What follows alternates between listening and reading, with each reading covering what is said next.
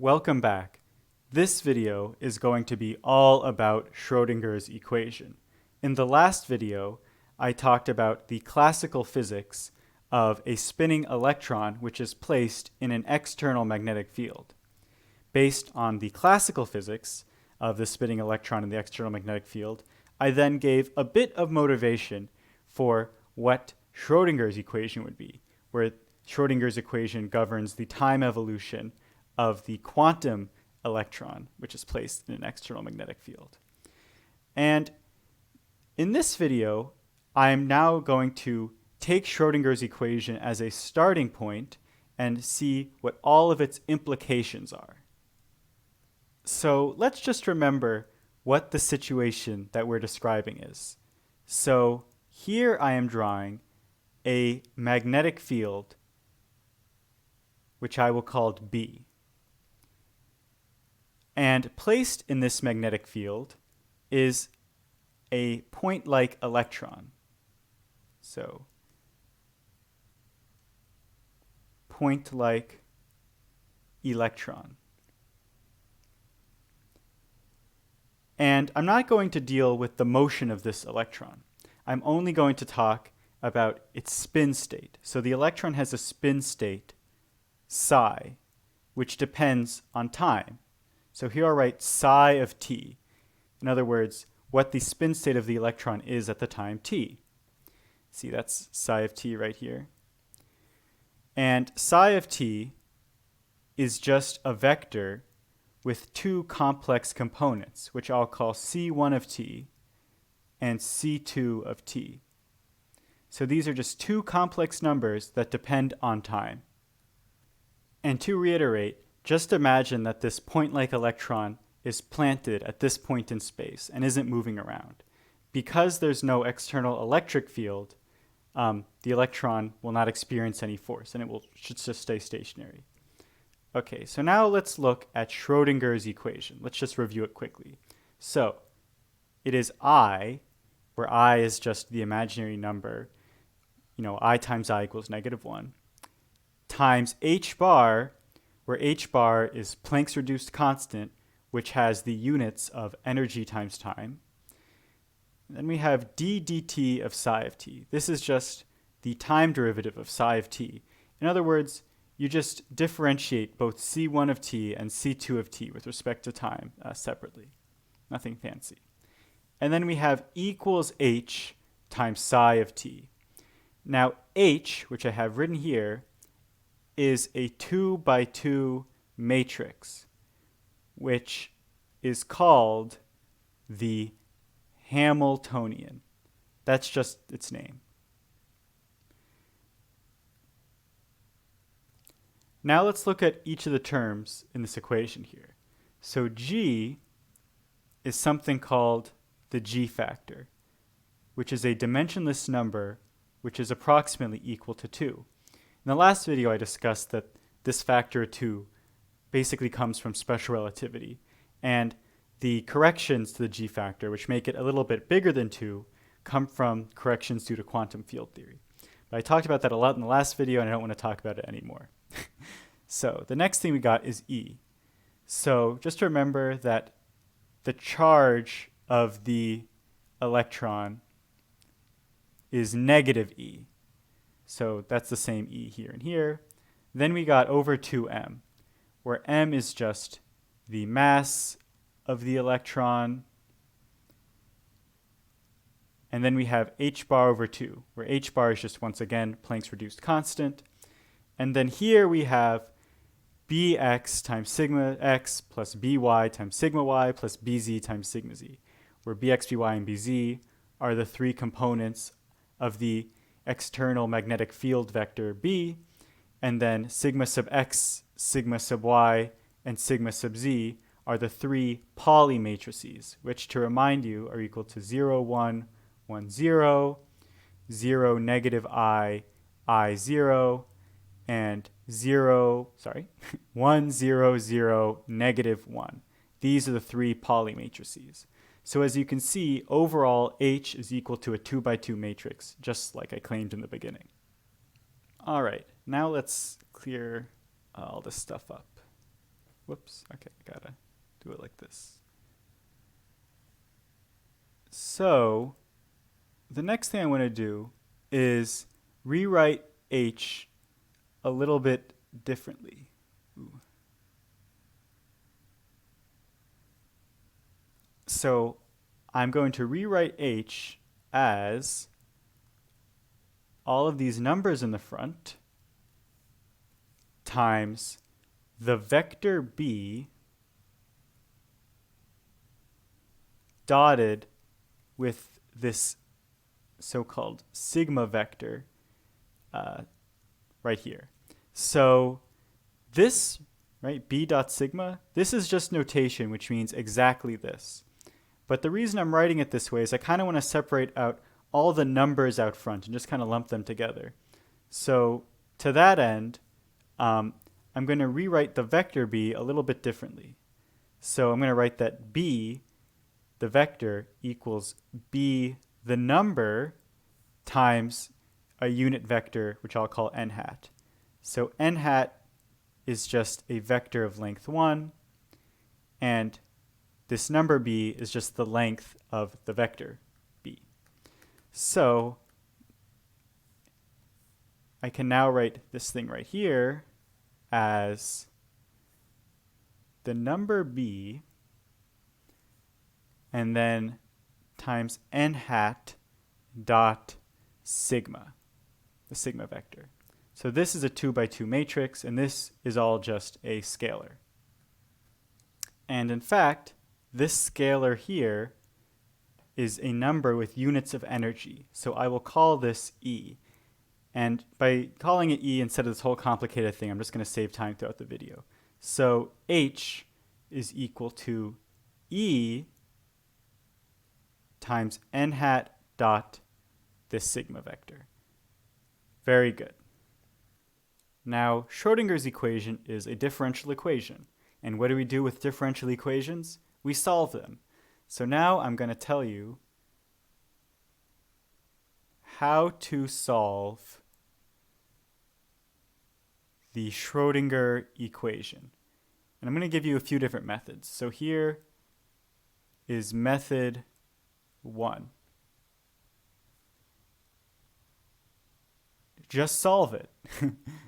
That's the method. So, whoops. So let's do an example. Say that the magnetic field is pointed in the y direction. So n hat is equal to the vector with components 0, 1, and 0. That means that h, which is equal to E times n hat dot the sigma vector, is just equal to E times sigma sub y, which is just equal to the matrix with entries 0, negative I times E, I times E, and 0. Now, let's say what the initial conditions of our spin state are. So let's say that our spin state at the time t equals 0 has the components 1 and 0. This means that the spin state is pointed along the z direction. So another way to write this is to say, well, if psi of t has components of c1 of t and c2 of t, then c1 of 0 is equal to 1, and c2 of 0 is equal to 0. Now, Schrodinger's equation is then just that d dt of psi of t is equal to negative I over h bar times h times psi of t. And this is equal to, well, what's negative I over h bar times h? That's just the matrix with the entries 0, negative E over h bar, E over h bar, and 0. And then here psi of t is just the vector with components c1 of t and c2 of t. Now, multiplying this matrix by this vector, we get that this is just equal to negative e over h bar times c2 of t and e over h bar times c1 of t. That's this vector. So overall, we can just see that Schrodinger's equation becomes the two equations c1 dot of t is equal to negative e over h bar times c2 of t and c2 dot of t is equal to e over h bar times c1 of t. In this case, this is just what Schrodinger's equation becomes. So now that we have written Schrodinger's equation in this more explicit form, we are now ready to just solve it. So in this box, I am going to show you how to just solve it. So just solve it. So here's what we do. If you've never seen an equation like this before, I'm going to tell you what to do. So you take these two equations and you differentiate them with respect to time again. So first, let's start with this first equation. Let's differentiate it with respect to time again. We then get c1 double dot of t is equal to negative e over h bar times c2 dot of t. But we actually know what c2 dot of t is, right? We have c2 dot of t right here. So we then plug in this equation into c2 dot of t here, and what do we get? We get, well, we have e over h bar times c1 of t. So this whole thing becomes e squared over h bar squared times c1 of t. And then we get the same thing when we differentiate this equation with respect to time. So we get c2 double dot of t is equal to negative e squared over h bar squared times c2 of t. Now that we've gotten these two equations, we can see that this first equation only has c1 in it, and this bottom equation only has c2 in it. So we can now write out a general form of c1 and c2 separately. Now, if you've never seen an equation like this before, this next part, you'll have to take my word on it, although it is true, and it's not actually too hard to show. But c1 of t can be written in general as a, where a is just some unknown number at this point, times cosine of e over h bar times t plus b, where b is some other unknown number unrelated to the magnetic field, times sine of e over h bar times t, and c2 is exactly the same. So it's equal to some unknown number c times cosine of e over h bar times t plus d times sine of e over h bar times t. So these are the completely general expressions for the solutions to these two differential equations. Now, note that we have reduced the problem of solving for these equations to just solving for four unknown numbers a, b, c, and d. Once we solve for these four numbers a, b, c, and d, we'll have finished solving Schrodinger's equation. Now, to solve for four unknown numbers, you need four equations. So what are our four equations? Well, our four equations are these two equations right here. This is two equations. And these two equations right here, right? So our initial conditions, right? These are our initial conditions, combined with Schrodinger's equation, gives us four equations. And if we were to then plug in this form of C1 and C2, and we were to plug these into these four equations, we would then be able to figure out what A, B, C, and D are. Now, that's how you solve for A, B, C, and D.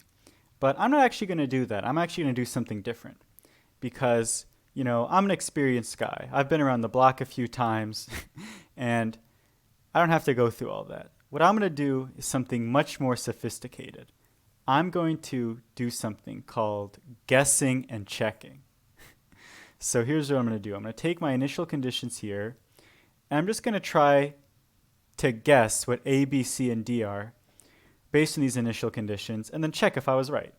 So okay, let's see. If you plug in t equals 0, right, into this first equation, I need this whole thing to be equal to 1. Now, cosine of 0 is 1, and sine of 0 is 0. So we can see that we need a equals 1. But we don't actually know what b is equal to, right? Because whatever b is doesn't affect the initial condition. However, because I sort of, know how these things work, I'm going to make a guess. I'm going to guess that b is equal to 0. And we're going to see if I'm right later when we check. So okay, that was the first one. Let's look at the second one. So c2 of 0 is equal to 0. Well, cosine of 0 is equal to 1, and sine of 0 is equal to 0. So we know that we need c to be equal to 0, but we don't know what d is equal to. However, I'm going to make a guess. I'm just going to guess that d is equal to 1, because that seems pretty reasonable to me. All right, so that's the guessing. Now we're going to do the checking. So if we write out my full guess, I have that c1 of t equals cosine of e over h bar times t, and c2 of t equals sine of e over h bar times t. Right, so that's my guess, and now we're going to check. So okay, let's plug in our c1 of t into this top equation, right? Let's differentiate it with respect to time.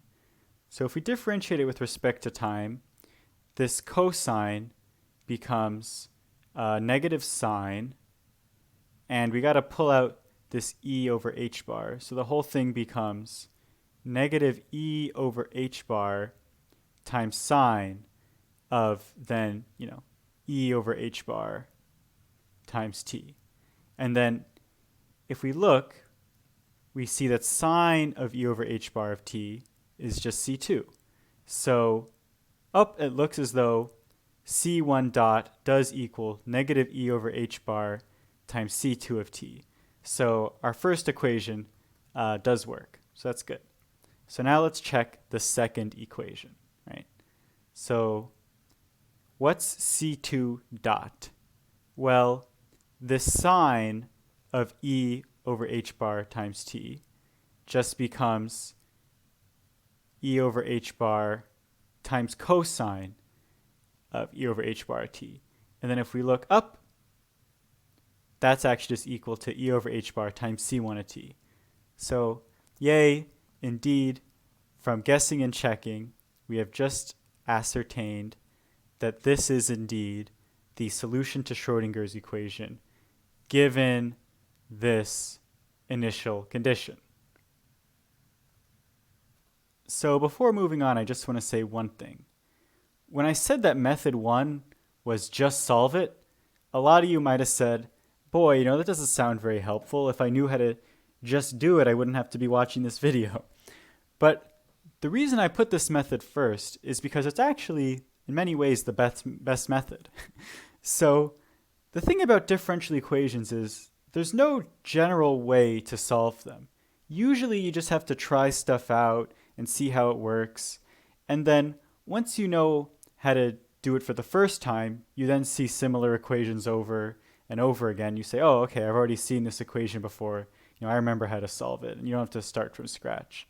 So by just me showing you how to do this equation and showing you guessing and checking and all that, you now know the secret. You can do it for yourself. And, in many ways, that's the best way to do it. Okay, so now I just want to clear some of this stuff up. Whoops. And I want to bring our solution up here. Okay. So now that we have our solution that we worked really hard to get, I just want to point out a few things about it. So the first is that the absolute value of c1 of t squared plus the absolute value of c2 of t squared is equal to 1. So that means that the inner product of psi of t with itself is equal to 1 for any t, right? And this is really important because this condition means that all of the probabilities of getting any result for any measurement add up to 1. So because this stays 1 for all t, that means that probabilities will remain adding to 1 for all times, and that's very important to have. Now, the next thing I want to do is make a table of what this state is at different times.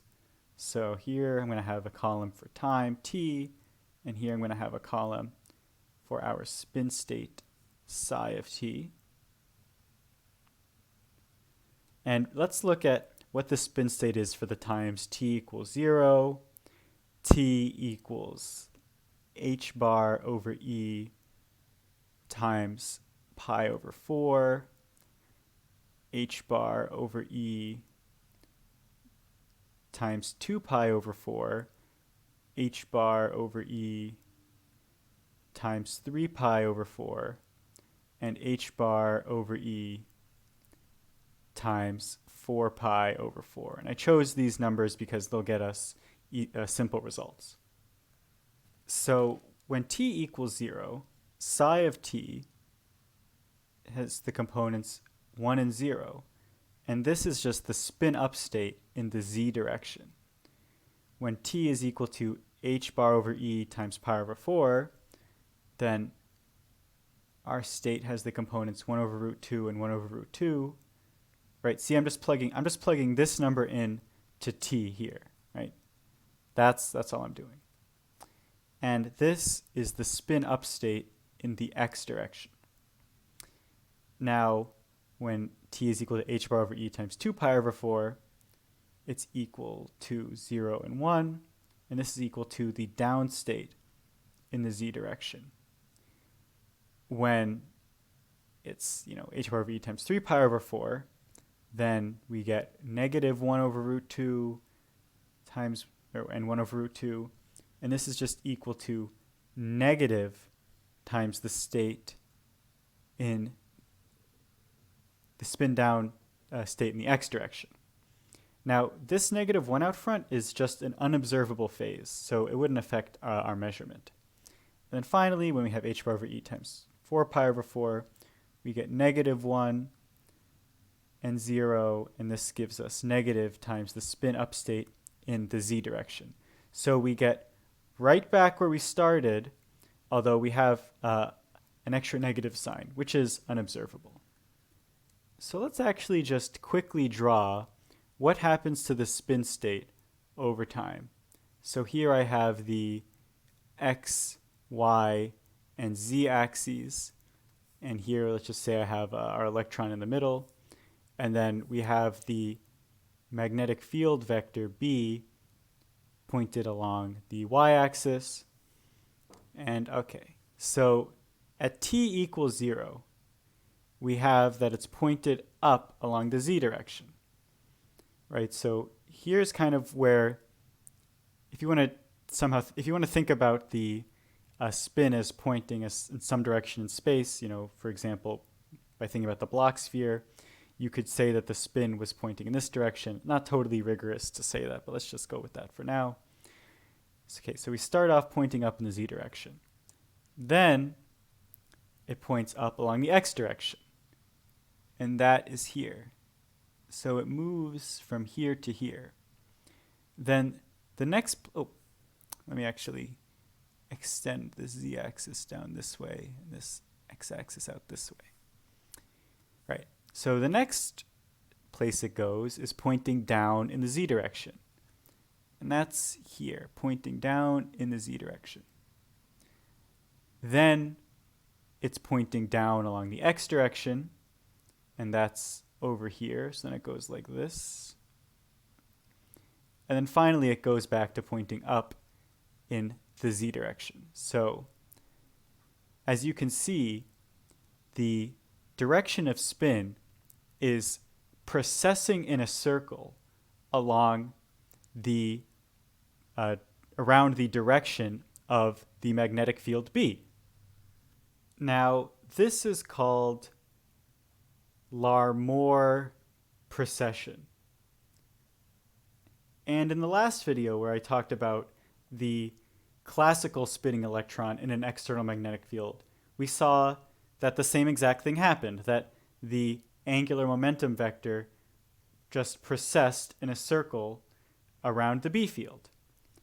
And in fact, as I said in the last video, it was actually a little bit more complicated because there would be a little bit of wobbling due to the fact that the angular momentum vector would be a sum of both the spin angular momentum and the angular momentum due to precession. But in this case, it's even simpler. It just travels in a circle, there's no wobbling, and we can see that the dynamics of a quantum spinning particle are actually simpler than a classical spinning particle.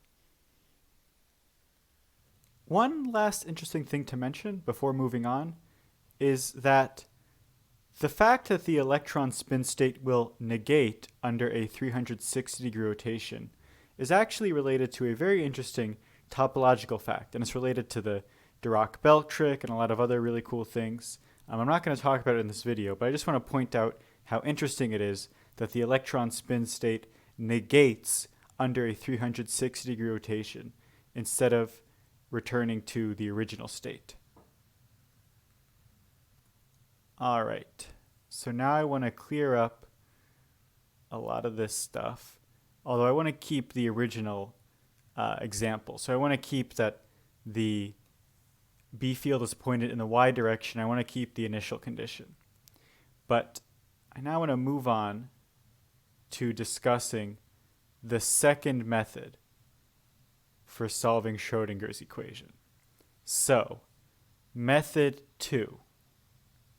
Okay, here's method 2. Find the eigenvectors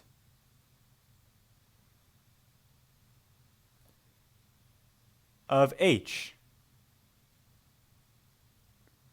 Now, in this example, we have that H is equal to E times sigma sub y.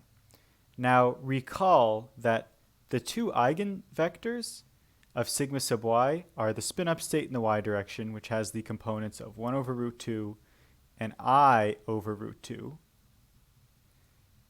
and the spin-down state in the y direction, which has the components of 1 over root 2 and negative I over root 2.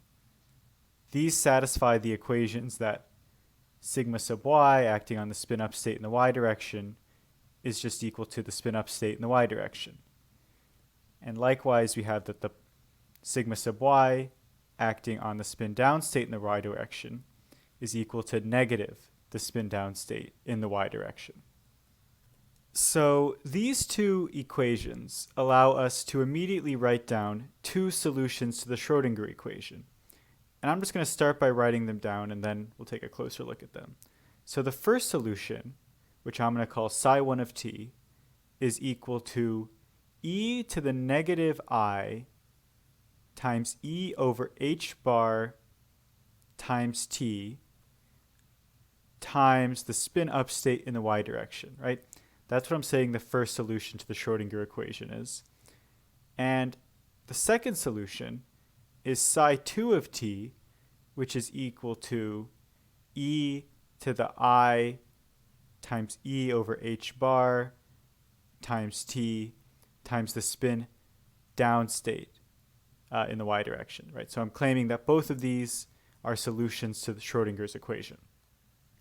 Now let me actually prove to you that that is true. So clear this up and bring this up here. Okay.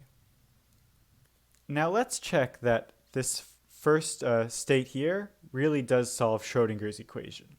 So remember that Schrodinger's equation is just that d dt of psi of t is equal to negative I over h bar times h times psi of t. So now let's try to plug in psi 1 of t specifically and see if this equation holds. So let's first start with the left-hand side of the equation. Let's differentiate psi 1 of t and see what we get. Well, we get that d dt of psi 1 of t is negative I times the energy E over h bar times e to the negative I, the energy E over h bar times t times the spin-up state in the y direction. Okay. Now let's look at the right-hand side of the equation. So we got negative I over h bar. And then we have h acting on psi 1 of t, right? But remember that h is equal to E times sigma sub y. And sigma sub y acting on the spin-up state in the y direction is just the spin-up state in the y direction.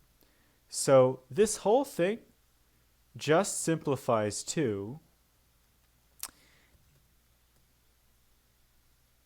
e to the negative I times e over h bar t, and then times the energy E, and then times the spin-up state in the y direction. See, I got that just from applying the Hamiltonian h to this state here, right?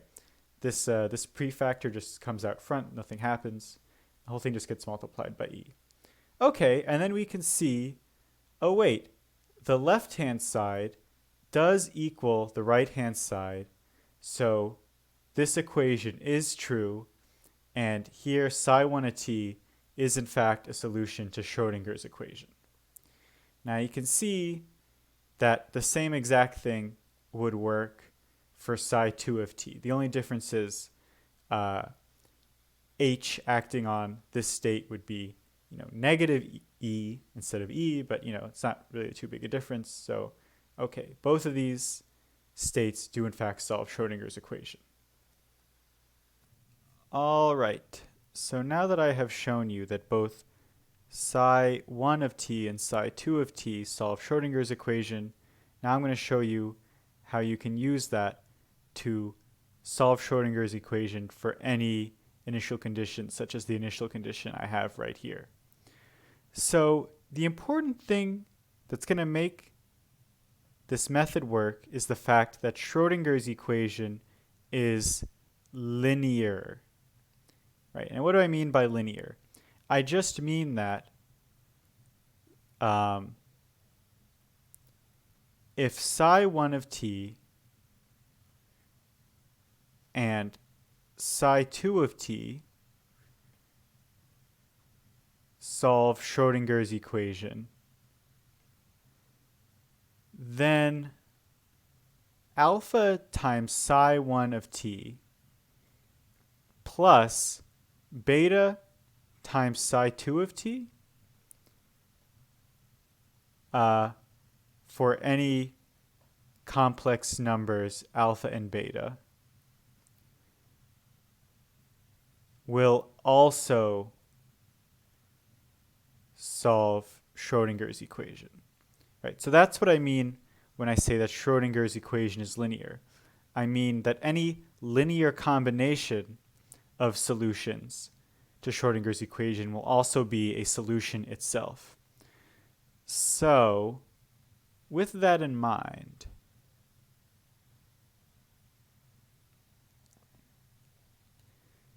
let's write our initial condition, which is just the vector with components 1 and 0, as a linear combination of psi 1 of 0 and psi 2 of 0. Now, plugging in t equals 0 to psi1 of t and psi2 of t, we get that this is just equal to alpha times the spin-up state in the y direction plus beta times the spin down state in the y direction. And that's just equal to alpha times the state with components 1 over root 2 and I over root 2 plus beta times the state with components 1 over root 2 and negative I over root 2. Now, if this sum of vectors equals the vector with components 1 and 0, then we can see that this just means that alpha equals 1 over root 2 and beta equals 1 over root 2, right? That's the solution to these two equations right here. And so we can go back and plug in what we got for alpha and beta into the original equation. So here I'm just writing 1 over root 2 where alpha and beta previously were. Now, here comes the key step. Because we know that Schrodinger's equation is linear, and we know that psi1 of t and psi2 of t both solve Schrodinger's equation, we can make a state called psi of t, which is equal to 1 over root 2 times psi1 of t plus 1 over root 2 times psi2 of t. And because Schrodinger's equation is linear, we know that this state, psi of t, will solve Schrodinger's equation. Furthermore, if we plug in t equals 0, we just get our previous equation, and we get that it has the right initial condition that we were looking for, namely that psi of 0 is a vector with components of 1 and 0. So that means that we can immediately write down what psi of t is for all times. It's just a linear combination of, well, let's see, it's 1 over root 2 times e to the negative I times the energy E over h bar t times the spin-up state in the y direction, which is the vector with components 1 over root 2 and I over root 2, plus 1 over root 2 times e to the I times e over h bar t, and then the spin down state in the y direction, which is a vector with components of 1 over root 2 and negative I over root 2. All right, now let's clear this a bit so we can make a bit of space. All right, so now let's bring this up here and simplify this further. Okay, so this simplifies to 1/2 times the vector with components e to the negative I times e over h bar t plus e to the I times e over h bar t on the top, and then I times e to the negative e over h bar t minus I times e to the I times e over h bar t. And using Euler's formula, this can all be simplified to the vector with components of cosine of e over h bar times t and sine of e over h bar times t. And this is the answer, and it's actually the same exact answer that we got with method 1. Now, before moving on, let's just quickly recap how method 2 worked. So what did we do? Well, we started with the Hamiltonian H, and we found two states which were eigenvectors of H.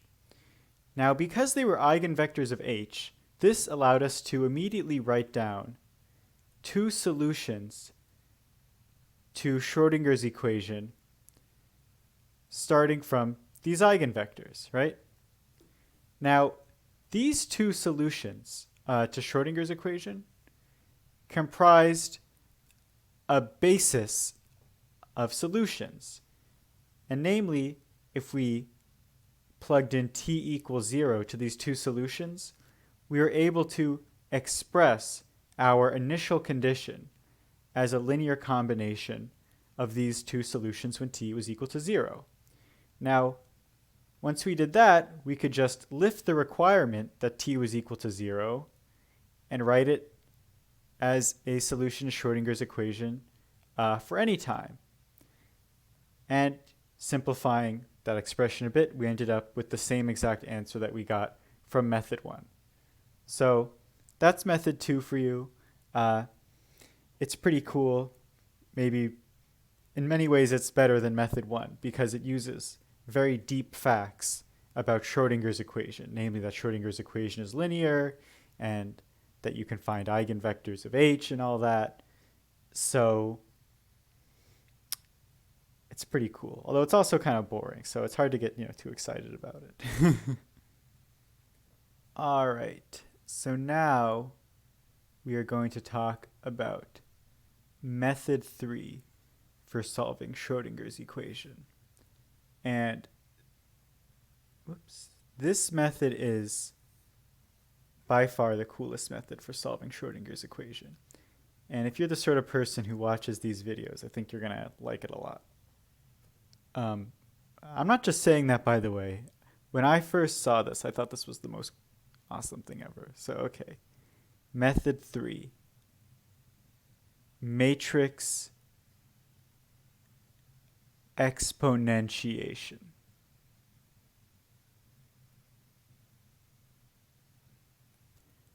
So let's start this off with a pretty awesome observation. So say you want to find what psi of t plus delta t is, where the idea is that delta t is very small. So we can Taylor expand this to the first order in t and get that this is equal to psi of t plus delta t times d dt of psi of t. Right? This is just the first order Taylor expansion. Actually, maybe I should write the squiggly equals instead. Okay, because it's only true up to the first order in delta t.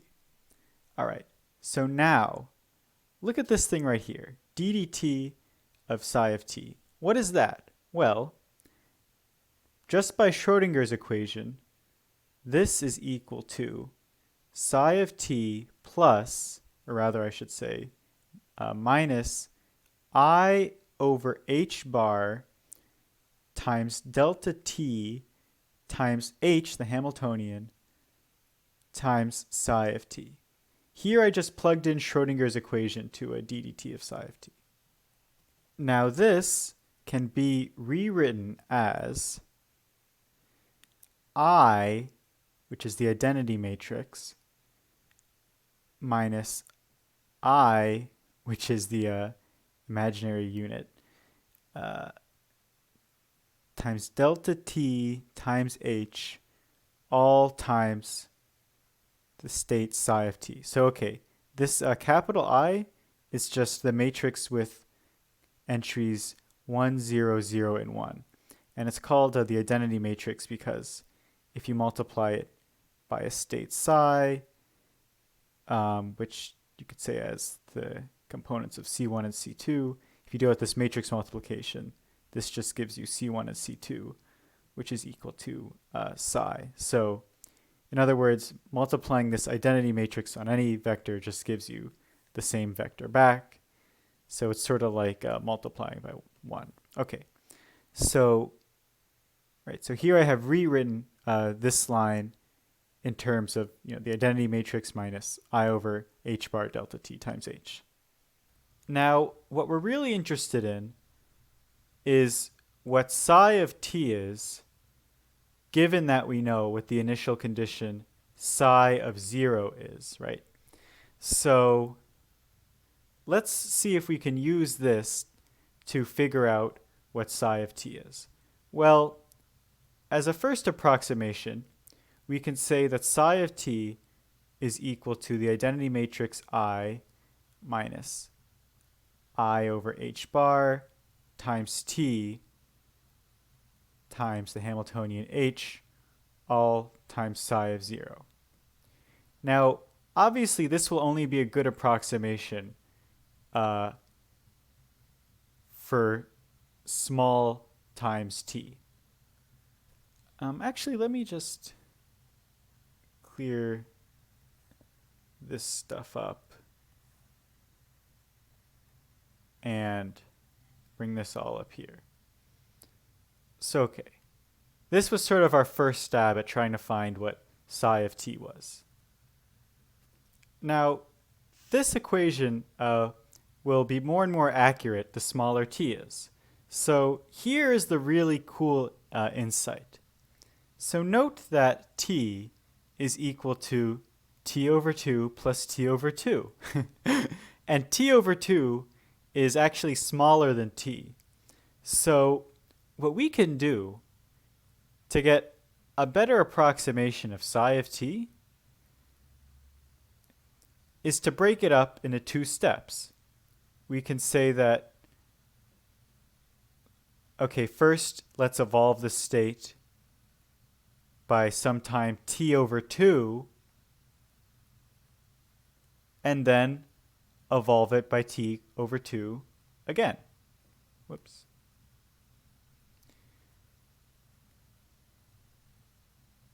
Right, so what do we do here? This thing in parentheses right here is a matrix, which you can think of as evolving our state forward in time by some time t. Now, because this matrix is more and more accurate the smaller t is, we can get a better approximation by first evolving it in time by t over 2, and then doing the same thing again. And this will be more accurate than just multiplying by one matrix of time t, right? Instead, we're multiplying by two matrices with the times t over 2. So this is a more accurate approximation than our first try. But why stop there, right? Why not, instead of just breaking t up into two steps, we break it up into n steps? So here I'm going to write I minus I over h bar times t over n, where n is some integer, times the Hamiltonian h, raised to the power of n, right? So by raised to the power of n, I just mean that you multiply this thing by itself n times, and then act this all on psi of 0. Right, so as our integer n gets bigger and bigger, this will be a better and better approximation of psi of t. And in fact, if we take the limit of this expression as n goes to infinity, we can drop the squiggly equal sign and just replace it with an exact equal sign. Now, if you were paying attention in calculus class, this expression right here might really remind you of something else. Now, what it might remind you of is the equation that e to the r equals the limit as n goes to infinity of 1 plus r over n raised to the nth power, right? This is e over r. So that little observation compels us to write that psi of t equals e to the negative I over h bar times t times the Hamiltonian h acting on the state psi of 0, right? This is what we are compelled to write. However, you certainly have noticed that negative I over h bar times t times the Hamiltonian h, this is not a number. This is a 2 by 2 matrix. So what do we really mean when we write E to some 2 by 2 matrix, right? If you think about exponentiation as repeated multiplication, then how can you multiply E by itself a 2 by 2 matrix number of times, right? It doesn't make any sense. Like somehow we have to rigorously define what we mean by this, right? We want to write it, we're compelled to write it, but we have to make it a little bit more rigorous, right? So now I'm going to say how we do that. But before I do that, let me actually just clear some of this stuff off. So, okay, and let me just bring this up here.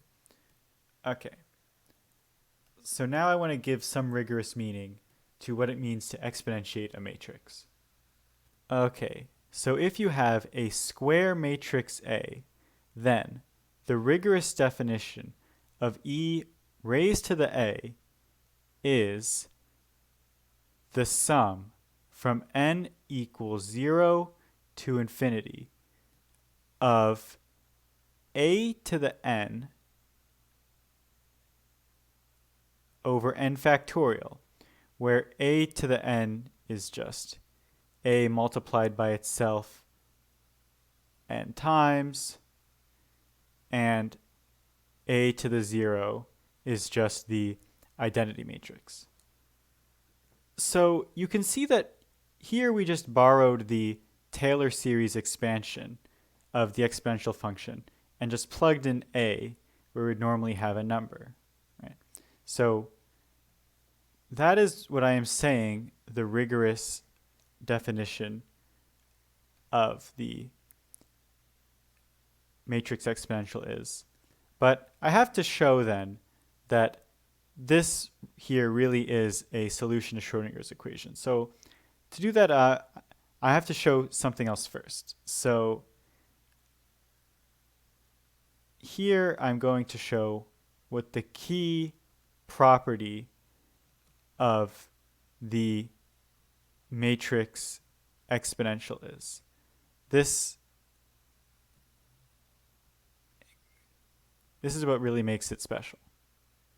The key property is that d dt of e to the t times a, where t is just some number multiplying the matrix A, this is equal to a times e to the ta. Now this is what I'm saying is the key property of the matrix exponential. So let me now prove that this is true. Okay, here's the proof. So first, we're going to write what e to the ta is, given our definition. So e to the ta is the sum from n equals 0 to infinity of t to the n times a to the n all over n factorial. Right, here I just plugged in ta into the definition here. So that means that d over dt of e to the ta is just equal to the sum from n equals 1, and I'll say why I wrote 1 there and not 0 there in a second. But okay, so here we're just differentiating each of these things individually with respect to t, right? Because we just have a sum of these things, and you can differentiate each thing in a sum individually. So here we have n times t to the n minus 1 times a to the n all over n factorial, right? So you can see that the reason I wrote n equals 1 in the bottom here and not n equals 0 is because for the t to the 0 case, that's a constant, and differentiating a constant is 0. But here, if you plug in n equals 0, then we get t to the negative 1, and that's not a constant. So just to make it whole thing work, we have to start from n equals 1. Okay.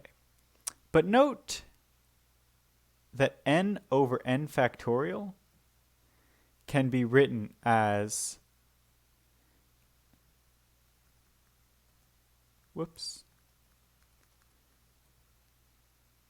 I didn't mean to do all that, but it's okay. That can be written as n minus 1 factorial, right? Here I just rewrote n over n factorial as a 1 over n minus 1 factorial. And next, note that we can rewrite this whole thing as the matrix A all times the sum of n equals 1 to infinity of t to the n minus 1 times a to the n minus 1 all over n minus 1 factorial, right? So here I just use the fact that a to the n equals a times a to the n minus 1, and I pulled out the a all the way out front. But then finally, note that this whole thing, we can just replace n minus 1 with n, right? Because it's a dummy index. And if we just put n where all the n minus 1s are, this whole thing is just equal to a times e to the ta, right? And that is the proof of the key property of the matrix exponential. So now, let me clear the screen. All right. And let me take this key property and put it out here. So now let's show that this expression we wrote for psi of t does solve the Schrodinger equation. So the Schrodinger equation, as you remember, is d dt of psi of t equals negative I over h bar times h times psi of t. So let's plug psi of t into both sides of this equation and see if it holds. So if we look at the left-hand side of the equation, right, we can use the key property of the matrix exponential to write this as negative I over h bar times h times e to the negative I over h bar times t times h times psi of 0, right? That's just the key property of the matrix exponential we just proved. Now, on the right-hand side, we have that it's just equal to negative I over h bar times h, and then times psi of t, and then plugging in psi of t, we just get that that's e to the negative I over h bar times t times h times psi of 0.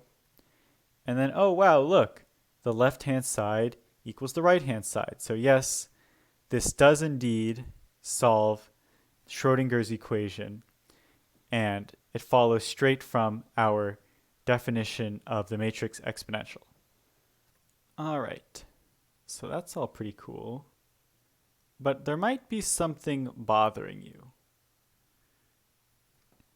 And what might be bothering you is you might be asking, okay, how do you actually compute e to the a, right? So we have this nice formal expression, but you might be saying, wait a second, I don't know how to make this infinite sum of a to higher and higher powers over n factorial. Like, how do I actually compute e to the a? So I'm going to give you two ways to compute these things. So the first thing is to say, okay, well, I don't know how to compute this in general, but what if we had a diagonal matrix D, which only had non-zero components on the main diagonal, right? So let's say D was an m by m matrix, and here we had, only non-zero entries on this main diagonal, and everything else was 0, right?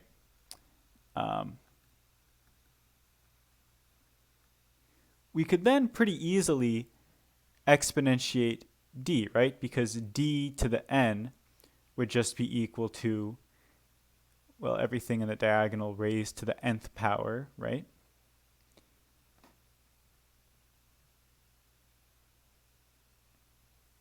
And then we could see that e to the d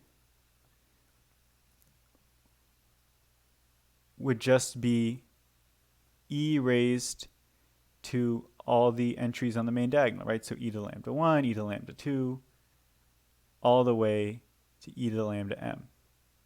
And everything else would be 0. So that means that if you could write A as some matrix M times a diagonal matrix D times the inverse of M, where by this I mean that M inverse times M is equal to the identity matrix, right? Note that,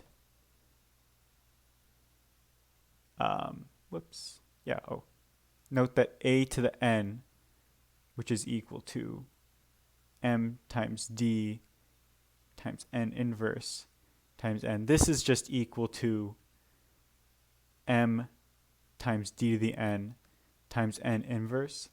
And you can see that this is true because if you multiply this by itself n times, you'll get a bunch of stuff that's like M inverse M multiplied by itself, and these will cancel out and give you I, and all right. Get the general idea. I'm just kind of trying to go through this quick. Right, so because A to the N equals M times D to the N times M inverse, we would then have that E to the A would just be equal to E to the M times D times M inverse, which we could then write as M times E to the D times M inverse. And then because E to the D would be pretty simple to calculate, right? I mean, it's just this right here. We could then have finished writing what E to the A is, right? So in other words, if you can diagonalize A, and by the way, not every matrix can be diagonalized, fun fact. But if you can diagonalize A, then it's pretty easy to figure out what E to the A is. So that's the first way you can that's the first way you can exponentiate a matrix, by diagonalizing it. But that's not actually what I want to dwell on for too long. That's kind of why I rushed through it. I want to talk about a separate method for computing matrix exponentials. So let's take an example. Let's say that A was equal to the matrix with entries 0, -1, 1, and 0. Okay, so this is the matrix I want to think about, and I want to compute E to the theta times A, where theta is just a number. So I want to compute E to the theta times A, and this is equal to the sum from n equals 0 to infinity of theta to the n times A to the n all over n factorial. Now, there's something we can do here, and it won't be clear at all why we're doing this, but you'll see it's actually very clever. So let's break this up into a sum of all the even ends and a sum of all the odd ends. So in order to make, so we'll start with the even ends. So here we have theta to the 2n times A to the 2n all over 2n factorial. So this is all of the even ends, and then we add the sum of all of the odd ends. So here we have theta to the 2n plus 1, A to the 2n plus 1, all over 2n plus 1 factorial. Okay, so here we have broken up E to the theta times A into two infinite sums, one of all the even terms and one of all the odd terms. So okay, why do we do this? Well, note that A squared, which is equal to, well, let's actually just compute A squared. it's the matrix 0, negative 1, 1, 0 times 0, negative 1, 1, 0. And what is this? Well, when you have to multiply 2 by 2 matrices, you can, start by looking at this column and this column, this row and this column, and you can see, all right, well, that's going to be negative 1, and then you can look at this row in this column, and you can say, okay, that's going to be 0. And then you can look at this row in this column, and you can say, yeah, that's also going to be 0. And then you can look at this row in this column, and that's equal to negative 1. I guess I kind of rushed through that, but whatever. That's what a squared is. Actually, let me just get rid of that and bring this all over here. Okay, so this matrix, a squared, is equal to negative the identity matrix, right? That's sort of the important point. And because a squared equals negative the identity matrix, we can replace a to the 2n with negative the identity matrix to the n. And this can be replaced with negative 1 to the n times the identity matrix, right? So let's just do that. So here we have the sum from n equals 0 to infinity of theta to the 2n times negative 1 to the n all over 2n factorial times the identity matrix, right? Here I just replaced a to the 2n with negative 1 to the n times the identity matrix I. Okay, so that's the first term. And if you've never seen this before, this is just like magic, but you'll see what's going to happen. You might already be starting to see, but okay. So the next thing we have is a to the 2n plus 1.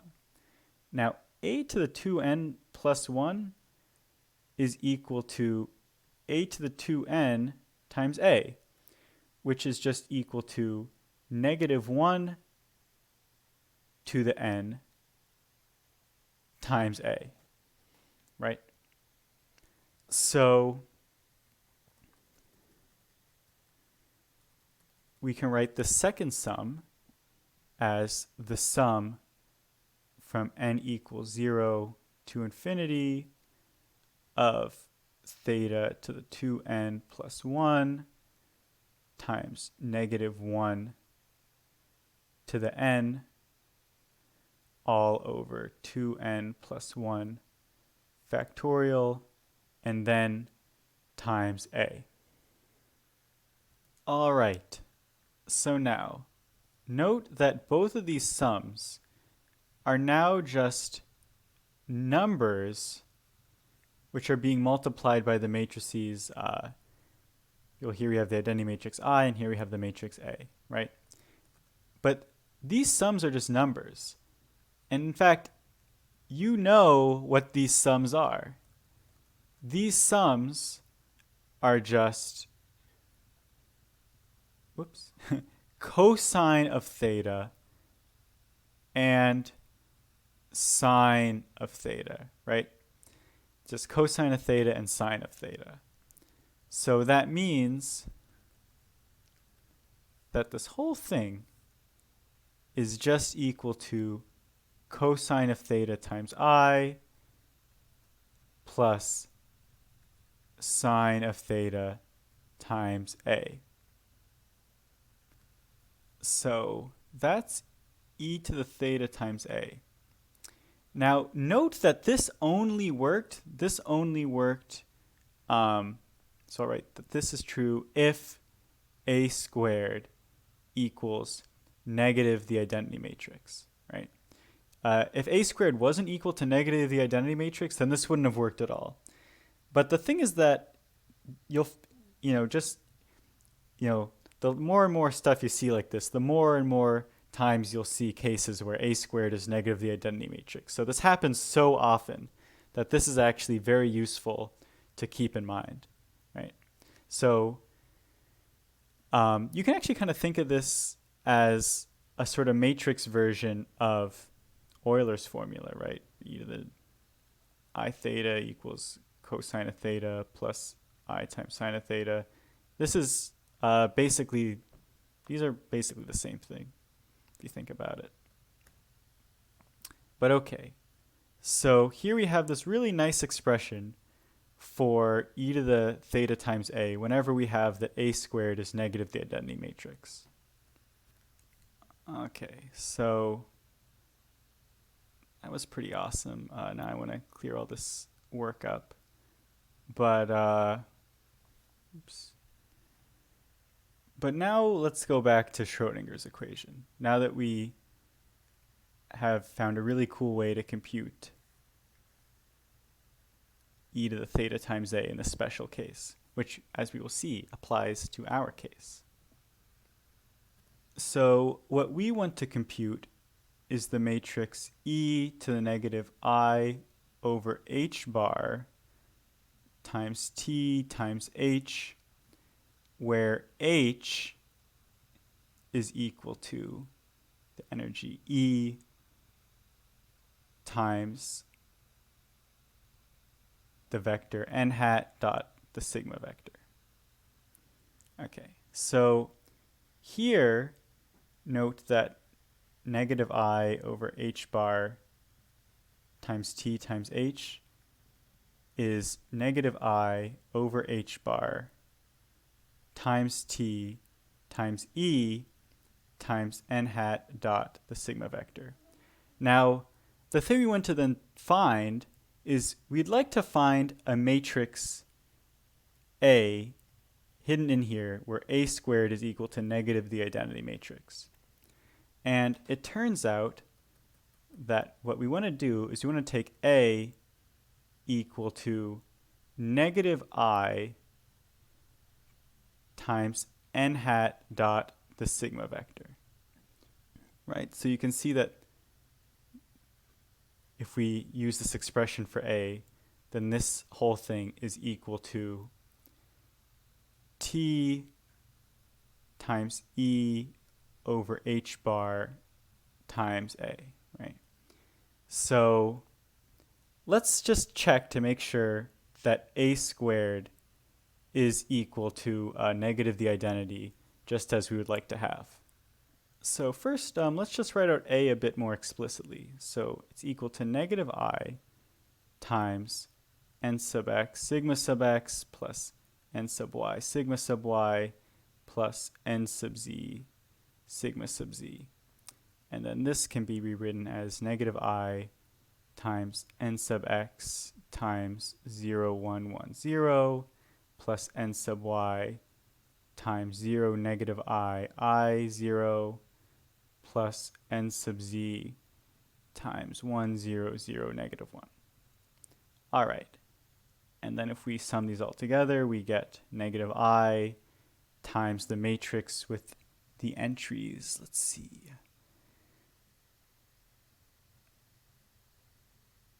N sub z, and then n sub x minus I times n sub y, and then n sub x plus I times n sub y, and negative n sub z.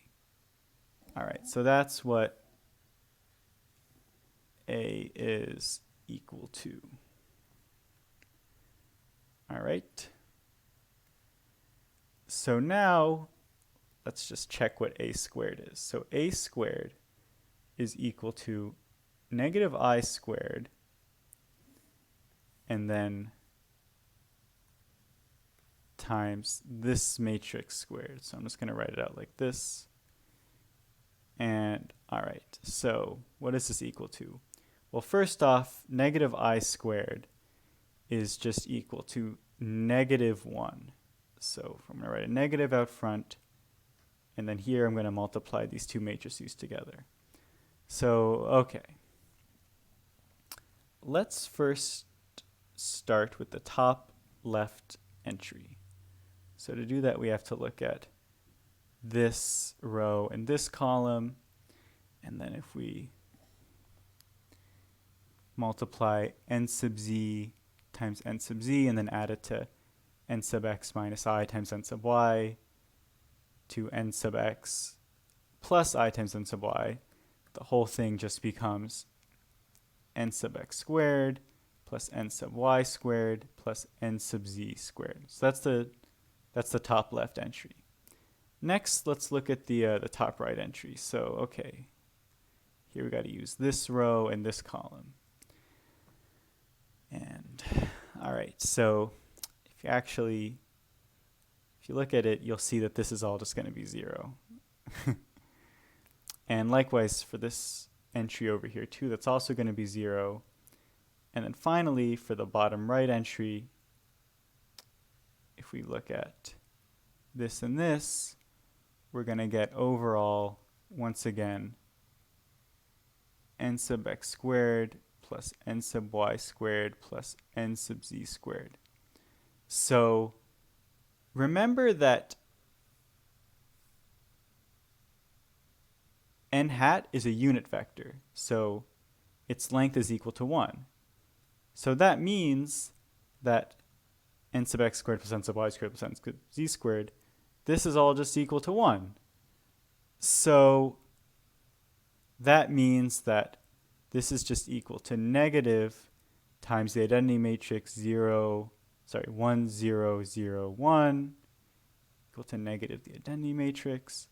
And up, it looks as though we do actually have that a squared equals negative the identity matrix in this case, which is just what we wanted.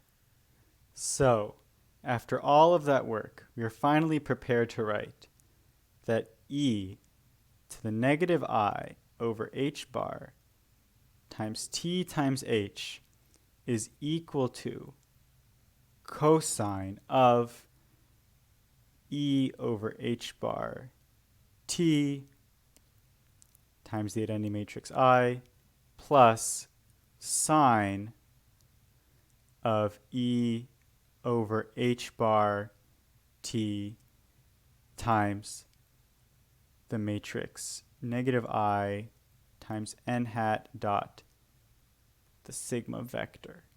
So here I just used this equation here where I said that t times e over h bar was equal to theta. So okay, actually let me box this. We have finally found an expression for the matrix exponential, which we can use to solve the Schrödinger equation. This is the result I've been trying to build up for all of this time. So, just as one final check, let's see that this result that we got from matrix exponentiation matches the answer we got for methods 1 and 2. So there we had that n hat was pointed in the y direction, so it had components 0, 1, and 0. And we had that the initial spin state had components of 1 and 0. So let's see here. Okay. Well, if we have this for n hat, then we have that e to the negative I over h bar times t times h is equal to cosine of e over h bar times t times the identity matrix I plus sine of e over h bar times t times negative I times sigma sub y, right? Because here we just had that n sub y was 1 and n sub x and n sub z were 0, and okay. So negative I times sigma sub y is just negative I times 0, negative I 0, and that is equal to 0 -1, 1, 0, and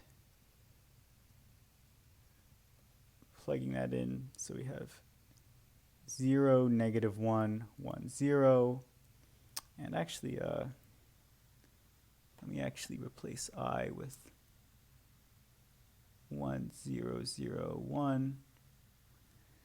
So we can then see that this whole matrix is just cosine of E over h bar t, and then negative sine of E over h bar times t, and then sine of E over h bar times t, and then cosine of E over h bar times t. Now, if we act with this matrix, right, on the initial condition psi of 0, right, which is just 1 and 0, if we do out this matrix multiplication, we will get that it's just equal to the vector with components cosine of E over h bar t and sine of E over h bar t, which was the exact answer that we got for methods 1 and 2. So amazingly, all of this complicated stuff we've all done is consistent. I mean, it's got to be consistent, but it's just to check. It's all consistent. So I've been working pretty tough. You know, we've been manipulating a lot of complicated expressions, but I mean, I think it's all just like really cool, right? All this matrix exponentiation stuff, I can't really help myself. So what does it kind of all mean? So, all right.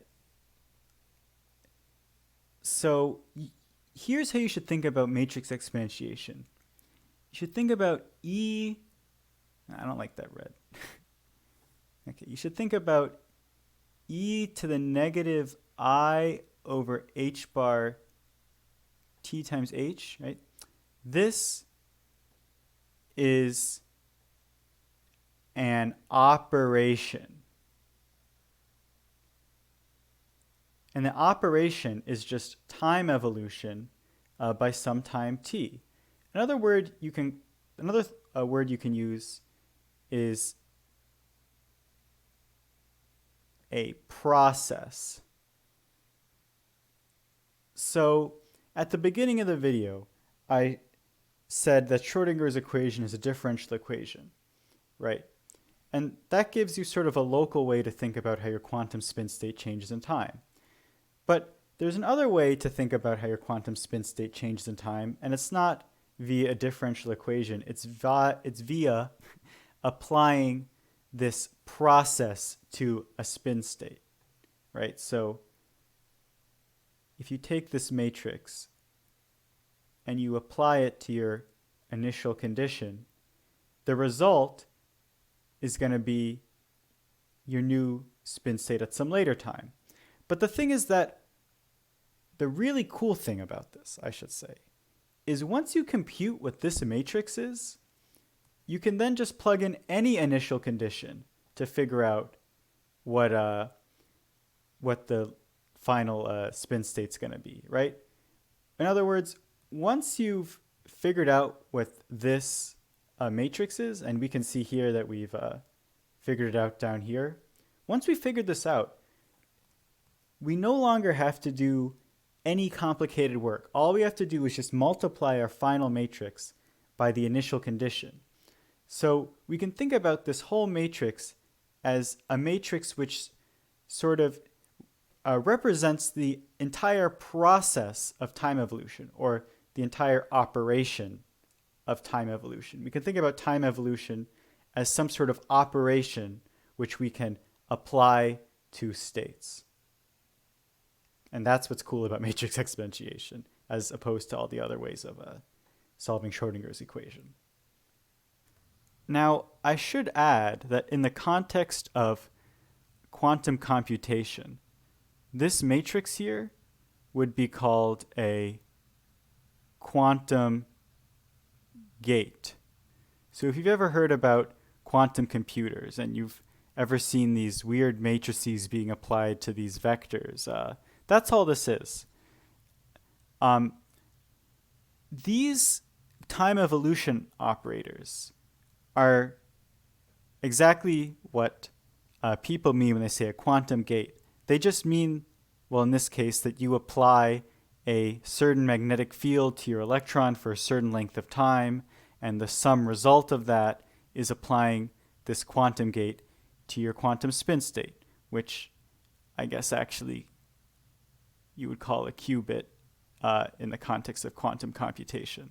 So any sort of a computational process you could do in a quantum computer can just be summed up with by a time evolution operator, where you have to, choose a specific Hamiltonian in a certain length of time, but that's all it really amounts to.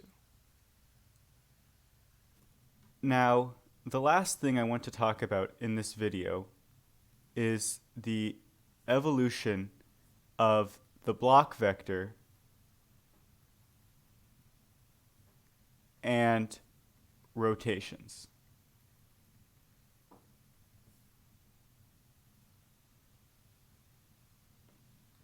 Now, before I get to anything, let me just set up my coordinate system. So here I have my x, y, and z axes. And let's say we have a unit vector pointing somewhere in three-dimensional space. We'll label the angle between this vector and the z-axis as theta. And if we drop the shadow of this vector onto the xy plane, we'll say that the angle between this shadow vector and the x-axis is an angle called phi. So this vector is located at the point sine of theta, cosine of phi, sine of theta, sine of phi, and cosine of theta. Those are the coordinates of this point right here. Now, in that video on the Bloch sphere, I showed that we can always write a state which, when measured along this axis, will always be found to be spin up. And that state, which I'll call psi, has the components of cosine of theta over 2 and e to the I phi times sine of theta over 2. Now, of course, if we multiply this whole thing by, some sort of phase, it will still be pointed along that direction. So there's this phase ambiguity. But we'll just write this one for now. Now, what I want to do is imagine that we have a magnetic field which is pointed straight up along the z direction. So that would mean that our Hamiltonian H would be equal to E times sigma sub z. Now the question I want to ask is, how will our spin state evolve in time given that we have a magnetic field pointed straight along the z direction? Now, in order to figure this out, all we have to do is exponentiate the matrix negative I over h bar t h, which is just equal to e to the negative I over h bar t times e times the matrix with entries 1, 0, 0, and negative 1. Now this matrix is very simple to exponentiate because it's diagonal. So all we have to do is exponentiate the diagonal components, and this is equal to the matrix with entries e to the negative I over h bar t times e, 0, 0, and e to the I over h bar t times e. Actually, let me just shift this around over here. Now, if we then act this time evolution operator on our spin state psi,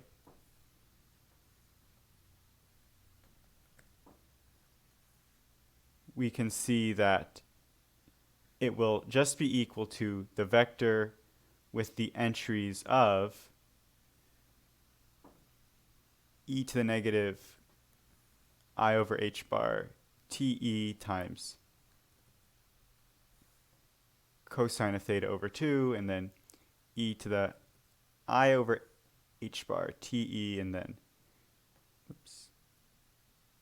e to the I phi times sine of theta over 2.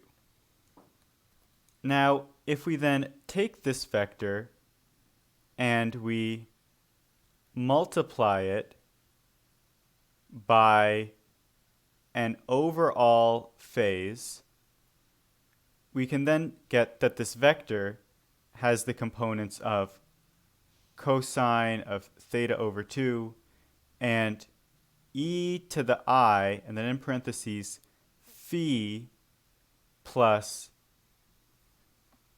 2 te over h bar, end parentheses, sine of theta over 2.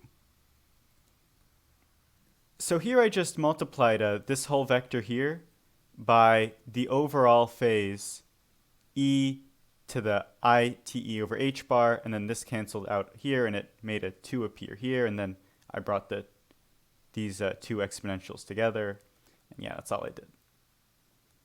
So just by looking at this vector here, we can see that all that's going to happen is phi is going to increase as time goes on, right? And theta is going to stay exactly the same.